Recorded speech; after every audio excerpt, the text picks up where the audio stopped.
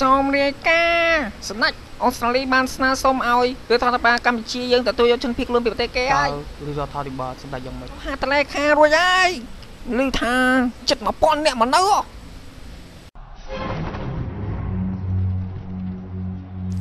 ថាម៉េច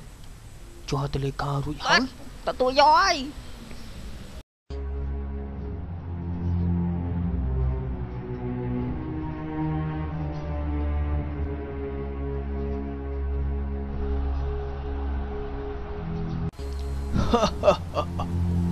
មិនជឿខ្ញុំមិនជឿប្រទេសយើងក្រសឹងអីប្រជាជនរកព្រឹកខ្វះល្ងាចបើខែភ្លៀងលិចពេញរហូតកូនខ្មែរចាប់នៅដំណឹងនេះទៅប្រាប់ប្រជាពលរដ្ឋយើងឲ្យដឹងផងខ្ញុំនឹងនាំដំណឹងនេះទៅប្រាប់ពួកគេឲ្យបានដឹង